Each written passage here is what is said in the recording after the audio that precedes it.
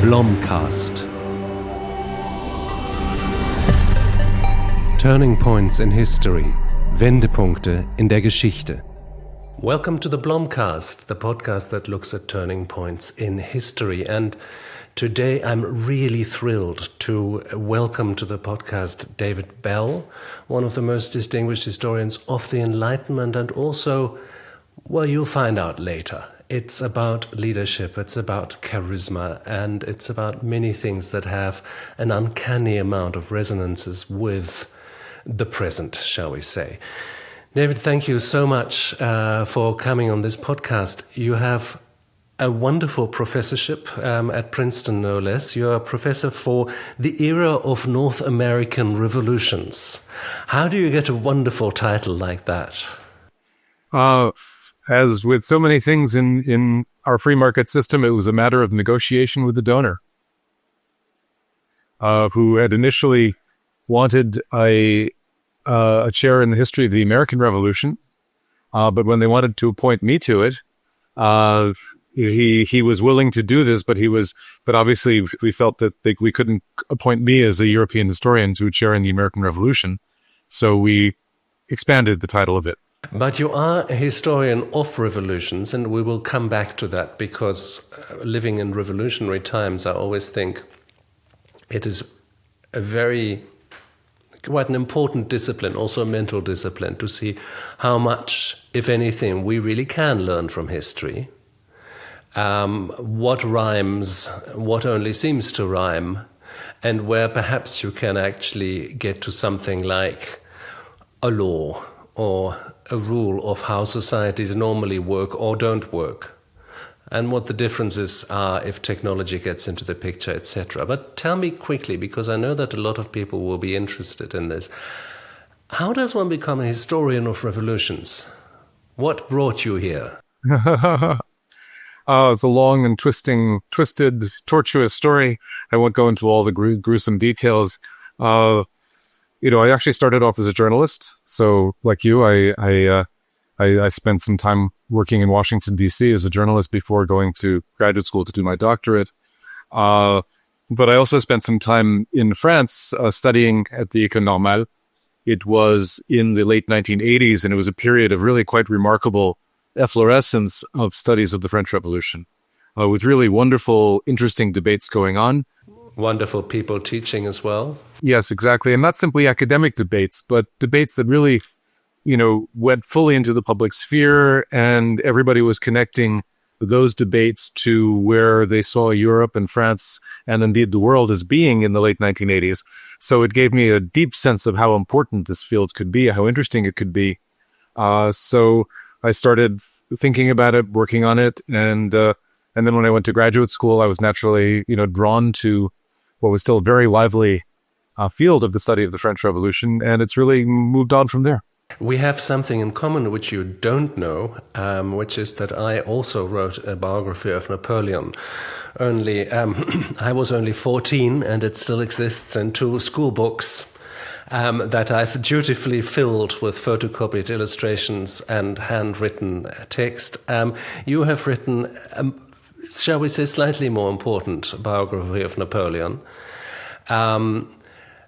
And you have really made this, the French Revolution, Napoleon, but also the idea of the charismatic leader, the focus of your work. Now, we have certain experiences today with charismatic leaders, but is this, we're talking about a time when so many characteristics of modernity become defined very strongly, also because we have almost the beginning of a modern media which can multiply images, created images, constructed images.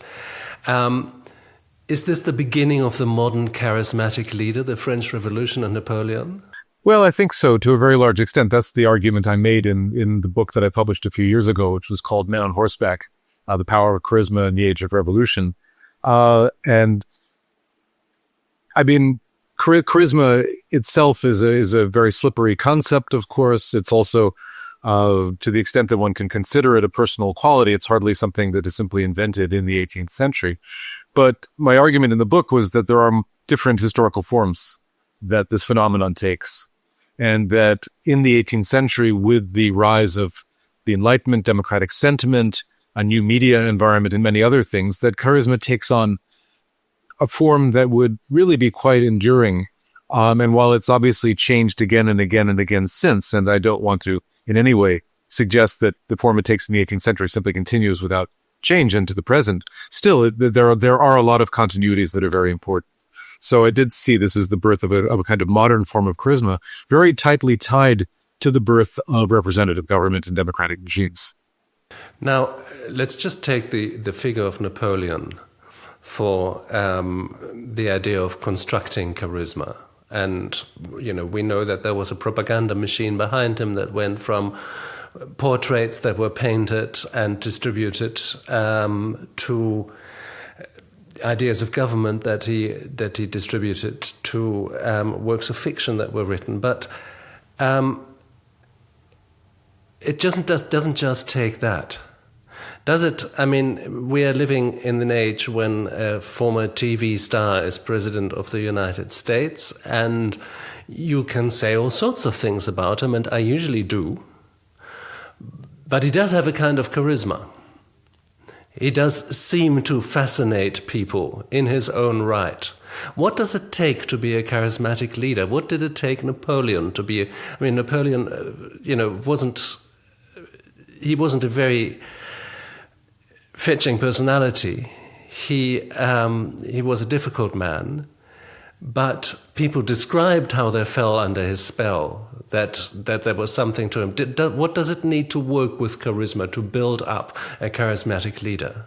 Well, the first thing it needs is the right audience, because one thing that I emphasize very strongly in my work is that charisma is always a relationship. It's not simply a personal quality. So to take the current president of the United States, there are many people who see him as a deeply charismatic, inspiring, magnetic, attractive figure. And then there are many, many people, including myself, who do not. And I imagine somehow that you are probably, like most Europeans, in that same category as I am. Let me take it this way. I'm not at the moment in any hurry to travel to the United States, seeing what I have said about your president in various media, officially and unofficially. Yes, I'm sorry to hear that, but it might not be an entirely unwise decision on your part. But in order to be perceived as charismatic, obviously there are personal qualities. Napoleon, to take Napoleon as an example, he is undeniably a very intense personality. He is an incredibly smart individual. His intelligence is not to be gainsaid. He was also a really spectacularly good military strategist and tactician. He won a very, very large proportion of the battles that he fought in. He managed to accomplish things for French arms that nobody had ever accomplished before and that nobody would ever accomplish afterwards. So all of that was, there was something to build on. And then he came to power at a moment when the French population was very much looking for somebody like him. And a large part of the book is to explain, of the book called Men on Horseback, is to explain how an audience developed that was really ready for and wanted figures like Napoleon, which is say. But this is really interesting. But because you say when he came to power, the French people were ready. Let's just remind ourselves he comes to power at the tail end of the revolution. Indeed, it's him who sort of ends the revolution. But there were years of instability. There were years of changing governments, of very cruel regimes, of total uncertainty for people. People were ripe for a messiah. Right for a messiah, right for a monarch. Through at the beginning of the French Revolution, and particularly after the overthrow of the monarchy in 1792, people really were very suspicious, not simply of monarchs, but of any dominant individual. There's the German noble who goes to France and calls himself a citizen of the world, Anacharsis Clootz, actually says at one point, we should get rid of individuals. It's a rather silly remark. And most of the political class throughout the radical phase of the revolution is terrifically suspicious of any single individual who might seem to rise above the mass, whether it be the generals like Lafayette and Dumouriez, whether it be a popular politician like Danton, whether it be, a kind of domineering politician like Robespierre, and so on and so forth. And it really takes it takes many, many more years of chaos, of confusion, when the word Caesar ceases to become an insult and actually becomes a word of praise. And particularly after Napoleon's astounding military victories in Italy and then his apparently astounding military victories in Egypt, after the army becomes seen as the place where French revolutionary ideals actually survive to the greatest extent. It's at that moment when, at the moment when, after a decade of chaos and confusion and violence, that people really do want some sort of savior figure, that he can then come to the fore. And he himself recognizes this. I mean, he's a very intelligent man. He sees, he says to people already as of 1796-97, when he's accomplished these victories, he says it's too early. I do want to take power. This was something he always wanted. As early as 1792, his brother Lucien is writing to say, we have to be really careful about this guy. He's really overly ambitious, and if he were to be a monarch, we would really be in big trouble. And that's his own brother. His brother says that, yes. His brother says this. His brother, who then helps him take power in the coup d'état of the 18th Brumaire. So, so he recognizes that that's one of the reasons he goes to Egypt. It gets him very comfortably away from the French political merry-go-round for a couple of crucial years, and then he can come back as the conquering hero. It's good if the rivals assassinate one another while he is safely away, and then he can come back to take power out of the weakened hands of the last survivor. Pretty much, yes. Now we're talking about charisma and what makes charisma in a political setting. And you point out, well, Napoleon was a fascinating person, but he was also a person of huge achievements. But he also built on a media world that was much more modern than what had been their generation before. Absolutely. So Napoleon recognizes more fully than any other figure in France in this period, really any other figure in the Age of Revolutions, just the power of media. I said somewhere in my biography that he spent as much time publicizing his victories as he did winning them. And that's a bit of an exaggeration, but not much of one, actually. So when he goes to Italy, he founds 2 newspapers. One for the soldiers under his command, who he wants to mold into a force that will really support him personally. And then another to bring the news of his victories back to France. And then his supporters in France, found yet a third newspaper, which is called the Journal of Bonaparte and Virtuous Men. At the same time, he is commissioning, printed portraits of him by the score, really by the hundreds. And he is, of course, commissioning some of the greatest painters in France to paint him as a hero. And this is not something, it's not simply that these painters know who he is and decide to seek him out. He seeks them out. So that Gros comes to Italy and paints him, charging across the bridge at Arcole. And, the story goes that he was so impatient that Josephine actually at one point has to go and literally grasp him around the waist and say, just stand there for God's sakes while he sketches you.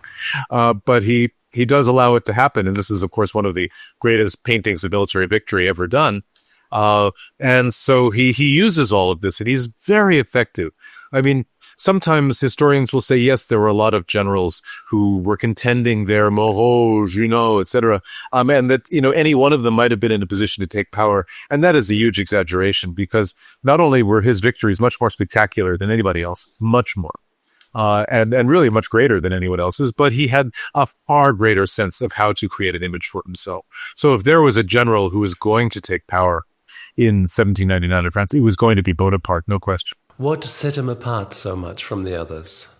Well, all these things that I mentioned. I mean, the fact was that he won far more spectacular victories. Yeah, but what made him win? Was he a genuinely inventive tactician? He really understood the new conditions of warfare that the revolution had opened up.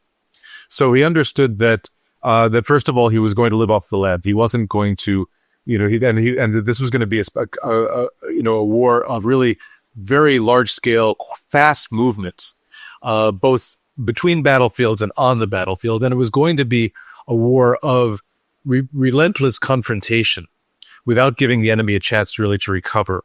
So an old regime general might have won a victory, say one of his early victories, and then said, all right, now we're going to regroup, we're going to prepare, we're going to move cautiously on to the next. No, with him, it was charged down to the next one.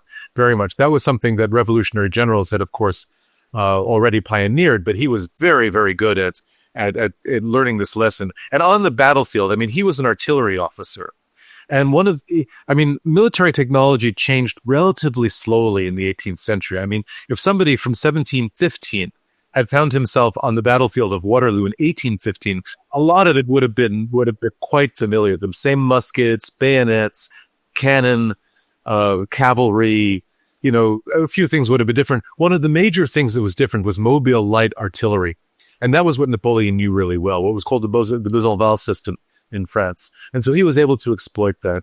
And beyond that, he recognized, and, building on tactics that had been used in the French Revolution, he recognized very well how important it was to really have a sense of the entire battlefield at once and to figure out the best way to concentrate his forces at the enemy's weak point, which is obviously a standard military tactic. But he understood this better than anybody else, how to really just do this fast on the battlefield.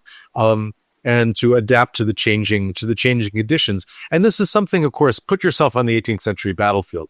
I mean, it's fairly large already. I mean, sometimes miles across, and you have no instantaneous communications. Obviously, the only way, either you're looking at it with a spyglass, but then, at moments there's fog, or there's simply smoke from all the cannon and musket fire. So you can't always see what's going on. You're relying on messengers going back and forth very quickly on horseback, telling you what's going on. But by the time they get to where they thought they were going, the people have already moved, right? So it's always an enormous number of moving pieces. It takes really enormous skill and probability calculations as well. So he was a great probabilist, so to speak. He recognized that, it wasn't necessarily sure that attacking at this point would be the right place, but he could very quickly figure out the odds. What would be the most likely place? And put all these things together, and, he was just brilliant at it.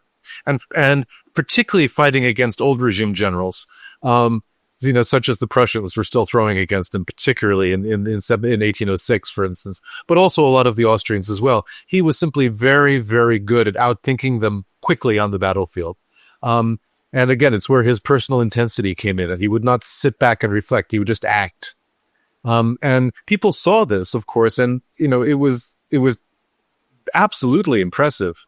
And so people were very impressed. And again, this is part of the thing that brought the legend forward, which again, he himself would then build on and exploit and publicize. So everything reinforced itself. One thing that he shares with other charismatic leaders is that, funnily enough, he very much comes from the periphery. He doesn't come from the imperial center.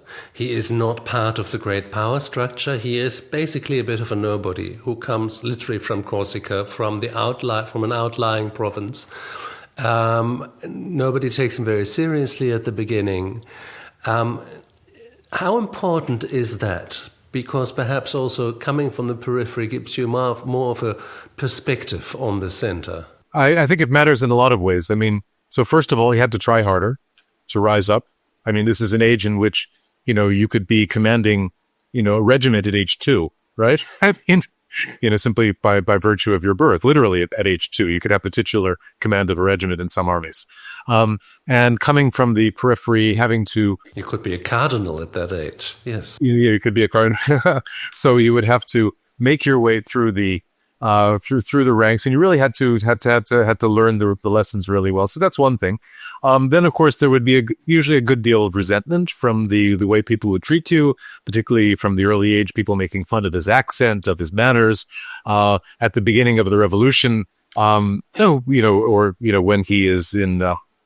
In 1793, when he goes back to France, and people are looking and say his accent is awful, his hair is greasy, his complexion is sallow, he doesn't know how to behave, and so on and so forth. Even Josephine thought that at first. And Laure Junot in her memoirs has some really, very scathing remarks about him in that way. So there's a degree of resentment. And then, of course, this all comes in with what you said, which is a certain rather cynical or distant perspective on the center, on the hierarchy. He doesn't have a lot of respect for it. Just like, the Hitler, the Austrian, had very little respect for the highest ranking generals of the German army. But another peripheral man, Stalin, another peripheral man. Stalin, the Georgian, had very little respect for a lot of these champagne socialists who had grown up in the Russian bourgeoisie. And the same is true with Napoleon. So you put all these things together, and it really helps. Now, Napoleon was in many ways really a creature of the Enlightenment. He was an expert. He was a professional man. He was an expert in artillery, in maths. He knew what he was doing. He had gone through a good modern education. He was a product of the Enlightenment. But the Enlightenment is something that fascinates me a great deal, that I keep writing on, that I keep going back to. And he has a very, very ambivalent relationship to the Enlightenment. In many ways, he's its crowning achievement. In many ways, he's also its assassin. I think that the issue here is whether we think of the Enlightenment as a single thing or not. Yes, absolutely. Let's unpack. Because if we unpack, as you say, there are many, many ways in which Napoleon is a creature of the Enlightenment, and not simply. The most obvious one is the expertise, right? He goes to a school. He learns, he actually learns serious mathematics. He learns, other things that are necessary for what we would now call military science. But the other aspect, which is fascinating, is that when he's a young man, he knows perfectly well that under the old regime in France, there's no way he can move up into the high ranks of the officer corps. This is not going to happen for a guy with a bad accent and a low birth from Corsica, even if he's technically noble. He's about as technically a noble as anybody at this point. So he thinks about other careers. And one thing which he loves books. He dreams of a career as a writer. He's absolutely fascinated by the Enlightenment. He reads voraciously. He reads novels. He reads plays. He reads, he reads philosophy. He tries to write. His adolescent notebooks are full of essays and stories.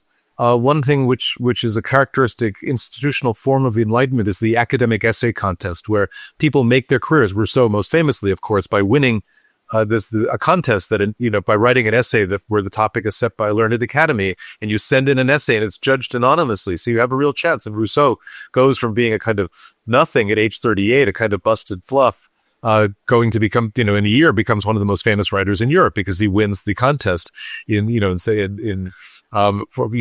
which becomes the first discourse. In one of his rare malicious moments, Diderot still claimed that it was actually he who had the idea, because Rousseau very famously got the prize by turning the question around and saying civilization was basically a bad thing. And Diderot, who was in prison in Vincennes at the time, and Rousseau visited him, said, "You fool! If you answer that question, nobody will read this. You need to turn it all around." Now, there was a lot of bad blood between those two, so we don't know. I tend to believe Diderot on this one, but yes, me too, actually. But we'll never know for sure, of course. Unless there was a microphone in that cell in Vincennes, which they probably. I once had the doubtful privilege. I did a documentary for BBC about the Enlightenment, and they locked me into a cell in Vincennes. Oh dear! Well, they let you out quickly. Just like the one that Diderot had. They did let me out, but I must say the few minutes that I was in there, it was quite interesting. But back to Napoleon. Just to finish what I was saying. So he actually, he sends in essays to essay contests. There's a hilarious one. There's a contest on happiness, and he writes in an essay. And one of the things he says is that we have to be really careful about ambition. It's a raging fire that will devour everything in its path if you don't control it. This from Napoleon Bonaparte, one of the most probably conspicuous human being who ever lived. He knew what he was talking about. So he knew what he was talking about. But he tries to befriend Raynal, one of the great, sort of recruiting agents of the Enlightenment. So he's definitely engaged with many different facets of the Enlightenment. And when he takes power, the government that he sets out to create is in a lot of ways, it's an enlightened monarchy. It's an enlightened despotism. He brings back a nobility, but it's a titular nobility. He respects the the idea of equal rights and equal civil rights. He creates, a very rational law code building on Roman law. He creates a much more rational financial system. In a lot of ways, he follows even while signing a concordat with the Roman Church, he respects keeps religious toleration. In many ways, he follows what we could call the playbook pioneered by people like Frederick the Great and Joseph II of Austria, who were also great, very, very much engaged in the Enlightenment. But he decides to bring the Enlightenment by force to the rest of Europe. If they are not going to be enlightened of their own, he does. But there's an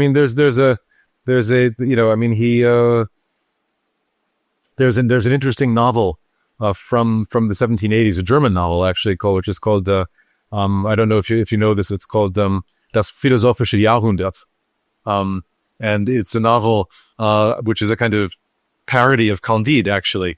But the idea of the novel is that the Pangloss character in this novel is not in love with Leibniz. He's in love with Voltaire, and the purpose of the novel is to say, look, I mean, you can write all these great things, and they will, you can hope that they will change the world, but to really change the world, you need force.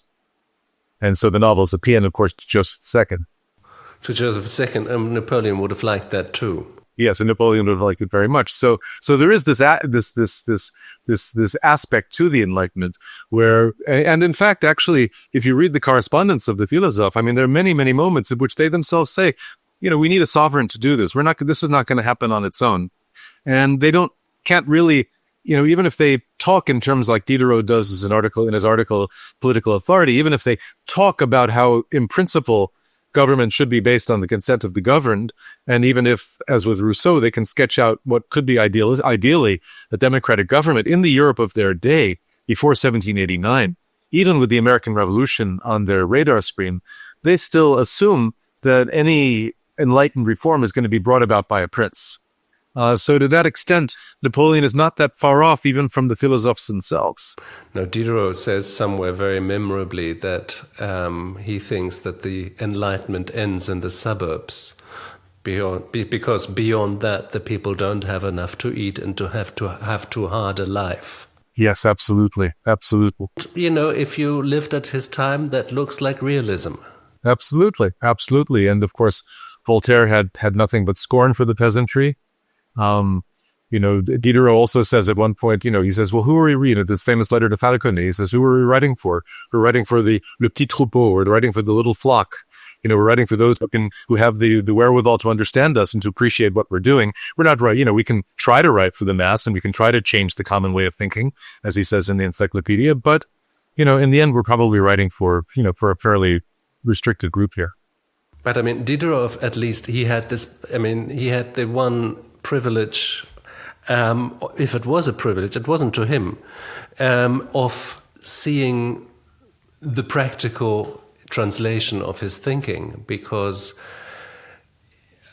Diderot was basically financed by the Tsarina Katerina of Russia, who gave him a stipend essentially. And so he was very ambivalent about monarchical power, and he wasn't so sure that he would trust the people to rule themselves. But, he thought a wise monarch might be a good idea. And at the end, he had to go to Russia to thank the Tsarist for her largesse in supporting him. And he came there willing to write a new constitution, to reform the entire education system. And he gave had this scandalous talks with the Empress, where he touched her knee because he was so excited about something he said, and the entire court thought they would die of shame. And then comes the moment when he presses her on a reform, and she says, "Do you know what? You work with paper, and I work with human beings, and paper is a lot more patient. So let me do my work, and I do yours." And he realizes there is no such thing as an enlightened monarch and he comes back and he becomes one of the very few people who don't become more reactionary or more, shall we say, moderate in their old age. He becomes much more radical in his political opinions, in his distrust of all kinds of organized power. As an old man, after this terrible humiliation in Russia, when he sees what enlightened power looked like, actually. Absolutely. But it doesn't always happen this way. I mean, so Voltaire has in some ways a very bad experience with Frederick the Great. Some ways similar. Frederick, after a while, sort of breaks with him, and Frederick remarks to Voltaire. He says, I've squeezed the orange for all it's worth, and I've thrown out the peel and the bits, right? And it means throwing out Voltaire. And yet Voltaire becomes more reactionary up to that. I mean, and by the end of his life, he is, more committed to absolute monarchy than, certainly than when he writes the English letters in the 1730s, and he's an admirer of the English Parliament. So I think it can go both directions. It absolutely goes in both directions. I mean, Voltaire would be worth the conversation itself, as indeed would be what you described as your frenemy, Rousseau, who is such a fascinating political thinker, also so difficult to grasp, because in many ways he is almost clairvoyant. In other ways, what he really foresees is fascism. Is the republic of the wise leader, who will decide what the truth is and who will decide who needs to be eliminated because he stands to be in the way of the wisdom. Possibly no political thinker had more resonance in the 20th century from the 18th century than him with these ideas. But one thing before I want to come about to an essay that you recently wrote and that really fascinated me. But one thing, I think this is an interesting moment to talk about. The Enlightenment was very much about changing the world.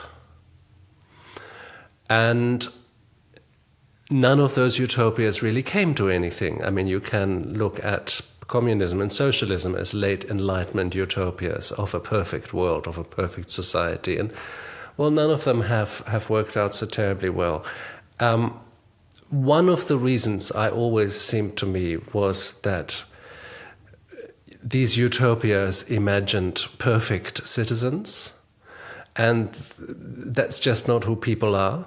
And they always imagined perfect societies and then tried to construct the citizens that were worthy of living in these societies. But another aspect of why Enlightenment utopias were so often stillborn came to me when I looked at an illustration from the Encyclopédie. And it is called the fire pump, la pompe à feu. And the philosophe described, the authors of the Enlightenment of this encyclopedia describe in great detail how you build such a fire pump and how useful it's in a few mines in eastern France. But they're much more entertained by the idea that this thing produces heat and it moves. So according to Descartes, it must be an animal. And is this now an animal? And, Descartes with this idea of the two substances of matter and mind, of thinking matter and mere matter, and where is this machine in the... So they get completely sidetracked by the philosophical point of fun or, sophistry. What they don't realize is they're looking at an early steam engine. What they don't realize is they're looking at the machine that will completely transform all social assumptions they make about a society. They make about living together. They will create different classes, different power structures, and they don't see that. They make utopias for agrarian societies that are yet pre-modern and haven't yet seen the Industrial Revolution.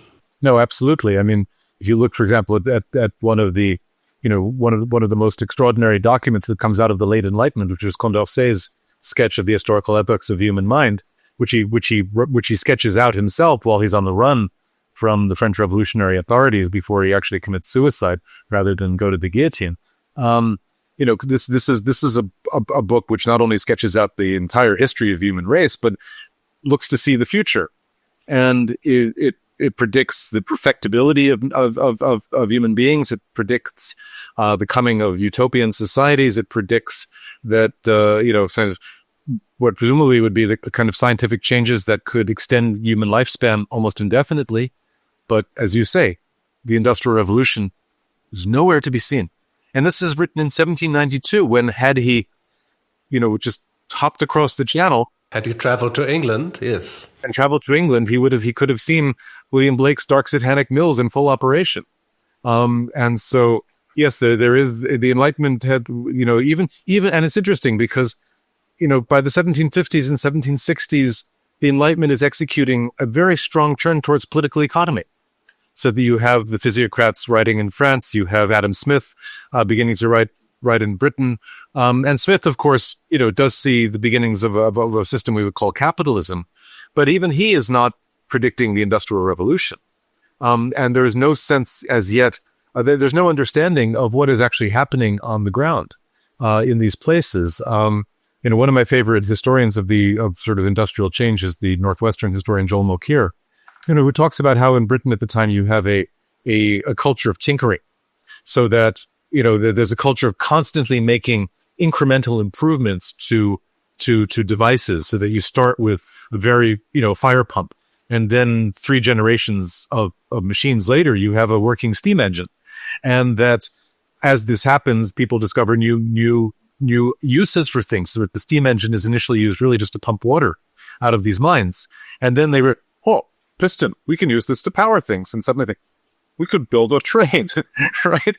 And so by, barely 10 years after Condorcet is writing this, you have the first trains on tracks, being experimented with in England. And a few years after that, you have, trains carrying cargo everywhere in Britain. So again, this tinkering, which allows for the discovery of new uses for things. And despite the absolute fascination that, as you say, the philosophes have for machinery, they don't see this. They don't see the structural change. They don't see the structural change. They don't see this kind of tinkering. One of the things which is remarkable in, given all the enormous amount of work and all the fascination that someone like Diderot has, going into workshop after workshop, preparing these incredibly wonderful, detailed plans of, and engravings of machinery and of industrial techniques. And the one thing that they don't talk about is how these techniques change. They don't talk about how they can be improved.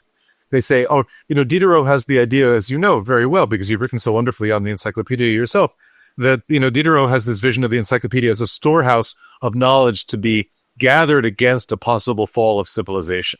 So that if we have another Dark Ages, as long as a copy of the encyclopedia survives, people will be able to they won't have to start from scratch again, right? And, so they have this as the idea of a kind of, what we'd call a time capsule almost of the encyclopedia. And again, they don't think about how could we improve on this machine or that machine? How could we tinker with it? What other uses could it be put to? They don't ask that. And that's fascinating to me, that there is that kind of limitation to their worldview there. I mean, just to not keep the limitation in the past, do you think AI is our fire pump? I don't know, actually. I mean, it's early on, and we don't really know what it is going to happen with it. But I've actually just written an essay about AI and the Enlightenment, which should be coming out in the New York Times this weekend. Oh, fantastic! Are you willing to give a sneak preview in 2 sentences? Well, sure, because it came in reaction to a very interesting piece written by a Princeton colleague of mine, Graham Burnett, in the New Yorker, which he's a great enthusiast for AI and uses it in his teaching, and talked about how this sort of expands the mental worlds of his students, and how it allows them, as he puts it, to write their own books by sort of, asking different questions and putting together the answers. And which reminded me of one of my favorite lines of Voltaire, where he says in the preface to the Philosophical Dictionary, he says, the best kind of books are the books that readers write half of themselves. And it's also reminiscent of Montesquieu when he says in The Spirit of the Laws that, you don't want to give the readers too much, because the point is not to make them read. The point is to make them think, says Montesquieu. Wonderful line. I mean, yes, it seems a little bit like having a ghostwriter, actually. Right, exactly. But when you write a book in such a way to make the reader think, you are prompting the reader, you are challenging the reader. The reader has to adapt to the book and to this, often superlative intelligence behind the book. which is great. That's why we read Montesquieu or Voltaire or whatever to expand our minds that way. But when you use AI to synthesize 2,000 other books to put together your own tailor-made bespoke book, that's not going to challenge you. That's simply going to give you more of what you have already. And what we always have to remember is that AI is a commercial internet technology, not entirely dissimilar from social media in the sense that, whatever you want, it will give you more of that because it knows that's the way you keep coming back to the site. I also have to say something completely anecdotally, but, every collection of knowledge or every way of accessing knowledge is also a way of shaping knowledge and therefore perhaps also of shaping ignorance.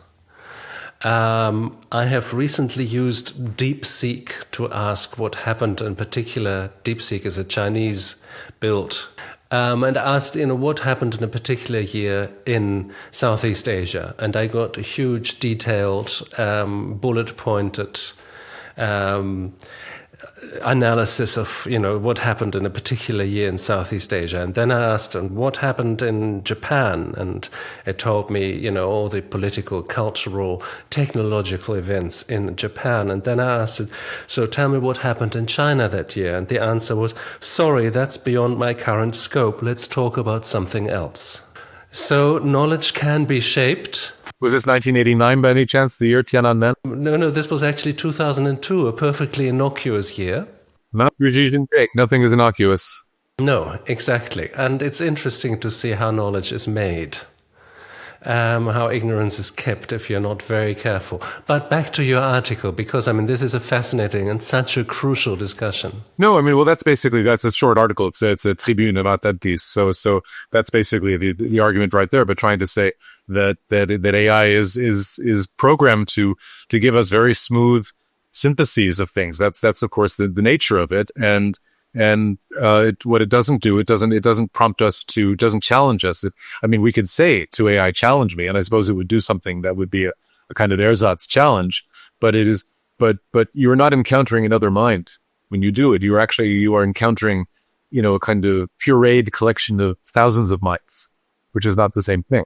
Also, and I think this is, look, I often sound as a huge technology skeptic when I talk about these things. No, but especially for students, it seems to me that you are there to learn something that you didn't know how to do before, and it's not asking a machine questions. It is, for instance, gaining the technical ability to judge what a machine does, what answers a machine produces. Because, this occurred to me first when I sometimes use translation engines. Also, if you talk to somebody who happens to speak Vietnamese, it's very useful. But of course, I can't judge the output, the Vietnamese output. I can only assume that it's correct enough because I don't get punched when I transmit the answer. But even assuming that the answers are really good and they can get humor and irony and social register and all those exciting things, it means that I get straight to the result. And it means what I haven't done is the journey that you know so well with your excellent French and German, is a different language opens you a different door into the world. You can articulate different things, you can understand different things, you have other blind spots, you can be somebody else, and you can only really understand a culture when you've gone through that process in that language. And there is simply no shortcut. And a machine that gives you the result only cheats you of the process. And that doesn't mean that we need to be Luddite with these things. We will use them, we all use them. But if we no longer actually acquire the competences to judge the results, then we are completely at their mercy. Couldn't agree more. And, what happens at universities at the moment, I think, in the light of that is really scary. Never mind of what Mr. Trump is doing to universities and seeing now Columbia pretty much fold. I don't know what it's like at Princeton at the moment, but there must be, shall we say, spirited discussions in the common room. You could say, well, it's summer vacation, so there's no spirited discussions anywhere. But Yes. I mean, but that's a very different subject. But yes, I mean, my spouse is at Columbia, so I'm very familiar with what is going on there, and she is a research scientist, so has been bearing the brunt of this as well. Well, yes, but now let's just, for the last part of this conversation, get to what really got us into this conversation, namely, you've worked on the Enlightenment and on revolution. I've done a fair amount of work on the Enlightenment, and of course the question always comes back, what has become of it? This very noble project, also a very Western project, a very daring project, also a very patriarchal project, perhaps. I mean, a project that is also of its time, but at the time opened enormous windows into other possible worlds. It is no longer the telos of our societies. It is no longer the goal of where our societies wish to go, it seems. Until a few decades ago, it seemed that way, and it seemed bound up with the great liberal Fukuyama utopia of the end of history and the achievement of historical goals, and really having found a system that had all the answers and would draw in everybody else as if by magic, in a sort of great historic victory of the Enlightenment and of the liberalism that the Enlightenment had spawned. It didn't come like that. Tell me your observations, tell me your thoughts about these developments.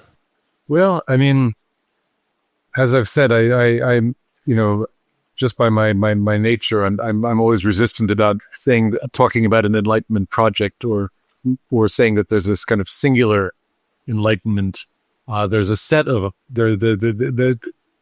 I would also say that what's interesting is how visions of the Enlightenment have changed so much over time, so that when it's really in the middle of the 18th century that people start to realize that there's something there. And, in Germany already, there are people who are even talking about Die Aufklärung by the 1780s. Elsewhere in Europe, they're not, but there is a sense, that there's a partie philosophique or a partie encyclopédique or something. And it's not exactly what we would, label as the Enlightenment, but it's always a moving target. No, but it's a point well taken as well, of course. Then in the 19th century, people are not really talking so much about the Enlightenment because they're talking about building on it. There, as you said earlier, there are socialist and communist traditions that build on it, but that also have very different content in so many ways, and that are, and that are very inspiring to many people at the time. And I think it's only really in the 20th century, interestingly, particularly because of fascism, that people really start to conceptualize the Enlightenment as an ideal that they want to hold up and that they think we can return to, in part because they said it so strong, because so much of what fascism is in direct reaction to Enlightenment principles, whether it is the belief in that only certain people have the right even to make the judgments, the belief in blood and soil, so on and so forth, the rejection of certain forms of reason. It's an anti-Enlightenment, really. It's very much anti-Enlightenment, and I don't think it's at all a coincidence that so many of the historians and thinkers who take such a strong role in defining the Enlightenment in the 20th century are Jewish. Ernst Cassirer in Germany, Peter Gay in the United States, born Peter Fröhlich in Berlin, Robert Wolkler, even today Jonathan Israel, whose work I don't agree with very much, but I think and one could go on quite a lot. I mean, somebody like Theodor Besterman, who does a remarkable job of compiling everything that Voltaire ever wrote or thought, yeah. And again and more, because these are the people who are so targeted by fascism most immediately, most fatally, and who therefore put together this vision of the Enlightenment as a kind of response and as a counter ideal. But it also fed into the ideal of an assimilated or at least emancipated Jewish bourgeoisie, the idea of the universalism of this civilization, of these ideals that brought you out of the ghetto and brought you into the common fellowship of man or of humanity. And it's something which I feel very strongly myself as a Jewish American. My grandparents were all born in the Russian Empire. They were wonderful people, but they were Yiddish speaking, workers and peasants and peddlers. Did you meet them? Oh, sure. Yeah. I mean, a couple of them lived, and to the extent I could speak with them, because we didn't have a language really in common. They didn't, after 50 years in the United States, they spoke broken English, and I could pick up a little Yiddish as a kid, but, but because of the enlightened institutions of the United States, my father was born into this world, spoke Yiddish until he went to school, and ended up a professor at Harvard University. So there's, it's really quite a remarkable story, which is personally very meaningful to me. So these figures in the 20th century do, try to define, what the Enlightenment is. And I think in some ways, and then of course there's a reaction to this. There's a reaction, certainly among sort of post-colonial thinkers, postmodern thinkers who want to turn everything on its head. So they then see the Enlightenment as the font of all evil in the world, right? So they see the Enlightenment as the birthplace of racism, the justification for imperialism. And the fact is that they're not entirely wrong. There's in the mania for classification of the Enlightenment, there's, there are intellectual tools invented, which would be used later by scientific racists. I mean, and there are plenty of, and even if people exaggerate when all they quote from Kant is 3 lines about Africans, he did say them. Same for David Hume, same for Voltaire. And one of the points I made in the article you were referring to is that as the Enlightenment itself is attacked, as it comes to be seen as a thing, even as it is gaining enormous influence, particularly in places like Prussia and Austria and Russia, in some ways, at the same time, it's being viciously attacked by the Catholic Church. It's being increasingly seen as a threat by many people in positions of authority in Europe. And as it is, and as this happens, the philosophes themselves can turn quite rigid and intolerant. I mean, in France, in some ways, the most popular figure of the late Enlightenment is D'Holbach, whom you've written about. And D'Holbach is a fascinating figure. He's not my favorite philosopher by any means. He's not a great thinker. He's not a great thinker. He's rigid. He's intolerant in many ways. He's of all the philosophers who can imagine becoming a Stalinist, D'Holbach is probably closest to that. I think that's a touch unkind. I think there would be other Stalinists that I'd have on my visor, and probably Rousseau would be among them.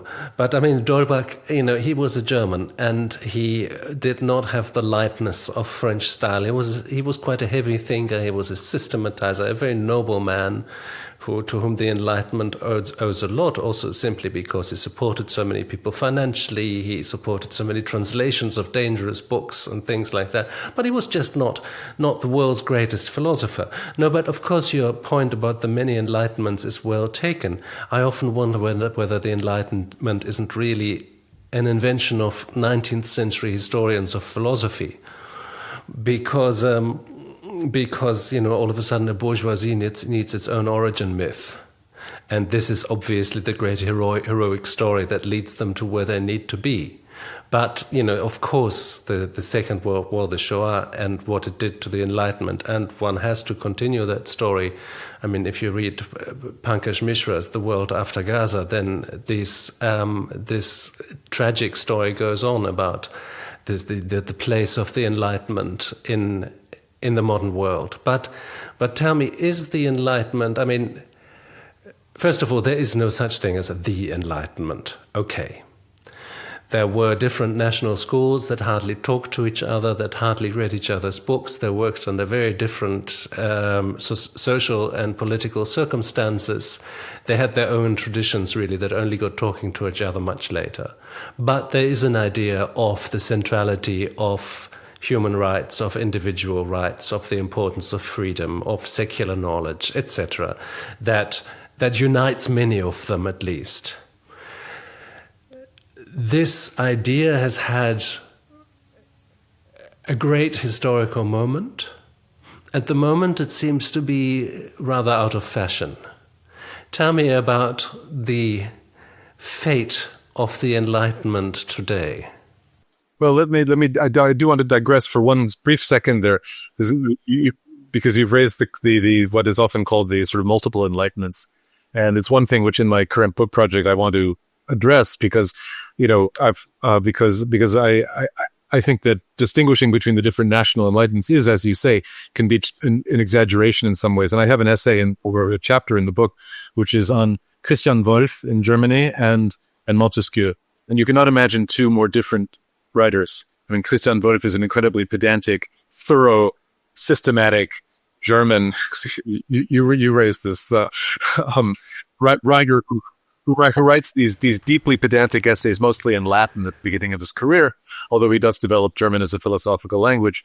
And then Montesquieu, who's the incredibly playful, spiritual, noble, witty, so on and so forth, French writer who's not bound to a university as Wolff is. And yet, when you compare, their great works in 1721, when Wolff is writing about Chinese philosophy and Montesquieu is writing about the Persians, they're actually writing about the same themes. So I do think that in their very, very different ways, they're still asking the same questions. So I do have my skepticism about multiple national enlightenments. But to come back to the question you asked, I would say that the fate of the Enlightenment, I mean, my sense is that if we could bring one of these people back to life today, whether Diderot or Voltaire or my friend Jean-Jacques, whom I don't entirely share your hesitation about, but that's probably for another conversation. I'd love to have that conversation. But I think if you brought most of them back, they would say, why are you bothering with us here? Why do you want to revive, resuscitate an 18th century Enlightenment? Have your own damn Enlightenment. And I think that's what we should do. I think that the point today is to take inspiration from the best of what the 18th century did, but to recognize that we are in a completely different world from them. We are in a democratic world that they couldn't have imagined, a post-industrial world where they didn't even imagine the industrial one. We are in a world of artificial intelligence. God help us. We are in a world of a kind of mass media and transportation that they couldn't imagine in 1,000 years. Think of how hard it was for Diderot to get to see Catherine in St. Petersburg, and it nearly killed him. Of course, these days you've been taking a transit, I think, flying off and feel like it's going to kill me, but in a slightly less dramatic way. So I think we have to take inspiration, but to build on what we have ourselves and our problems and our thoughts and what we think will be the way to make our world a better place, and not to sort of put ourselves in thrall to 18th century thinkers, just as they wouldn't have dreamed of putting themselves in thrall, even to the classical authors they admired the most. We don't want to put ourselves in thrall to them.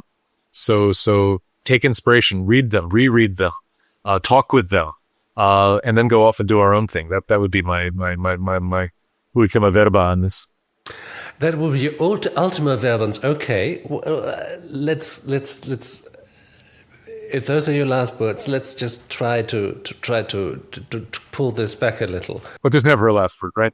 I hope not. But let's just try to pull this back a little, because obviously this was an intellectual revolution that really happened, as far as we know, for the first time anywhere in humanity, that these thoughts were articulated so radically.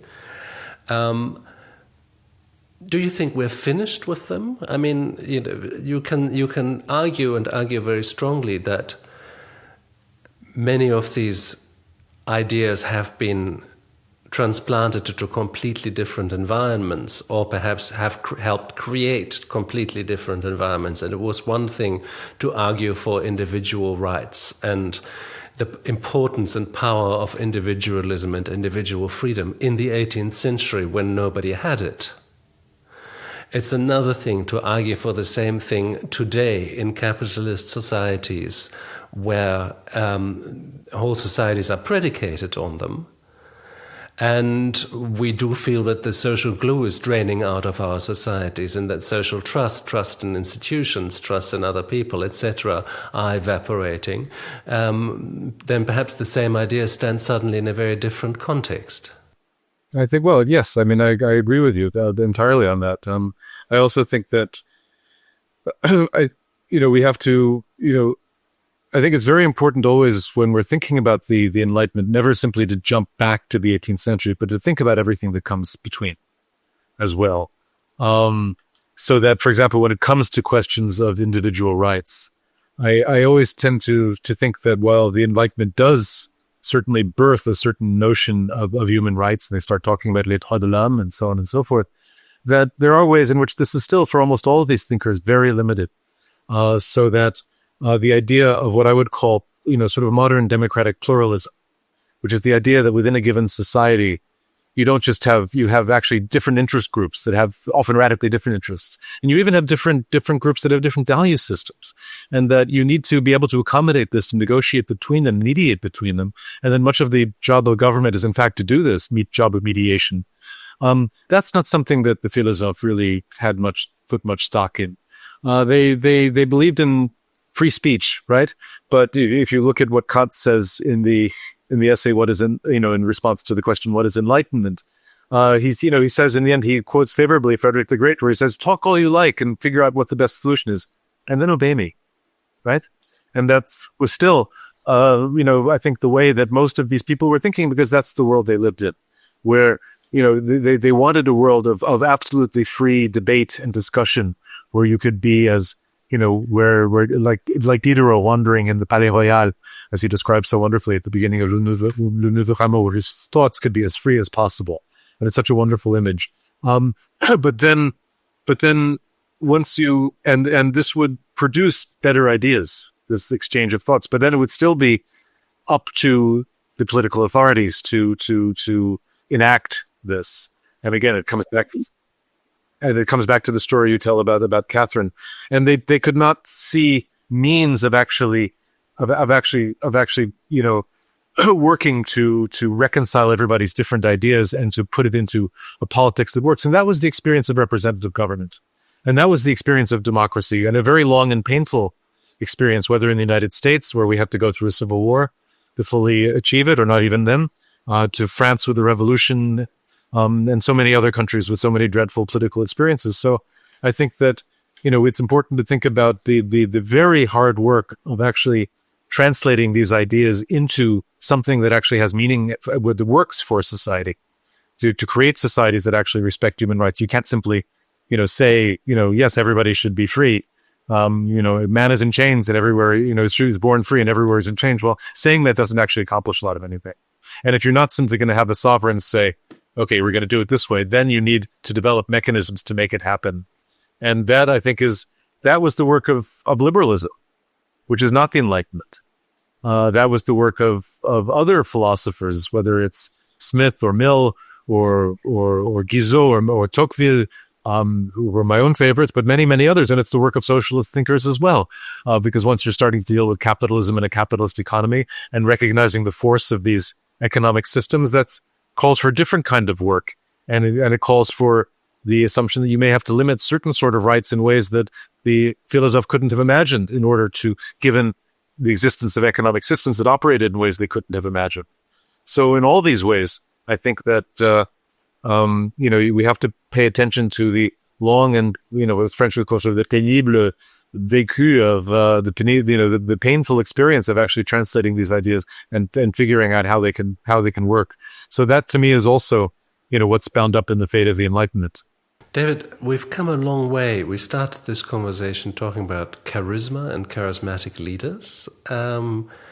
We looked at moments of the Enlightenment, and we've come to today. Now, what we're seeing today is a retreat of the Enlightenment in many parts. At the moment in the United States, it is quite a violent process, at least at the moment on an administrative level.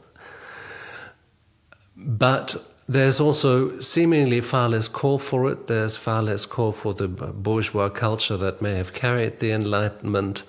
there is far less call for the ideas of universal justice or universal ideas as such.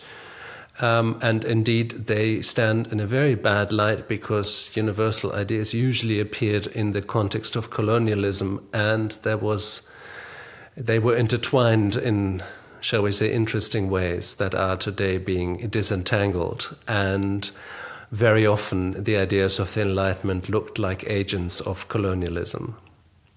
They also look like agents of capitalism, of course, because the freedom that they preached, at least in its American libertarian form, is the freedom of the strong and leaves most people behind.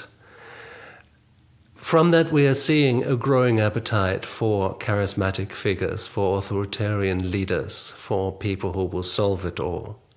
Tell me, what in this context is there any remaining significance of the Enlightenment, of this impetus, not so much the historical body of thought in its historical context, but of this emancipating impetus, of this emphasis on personal, human, individual rights and perhaps also solidarity?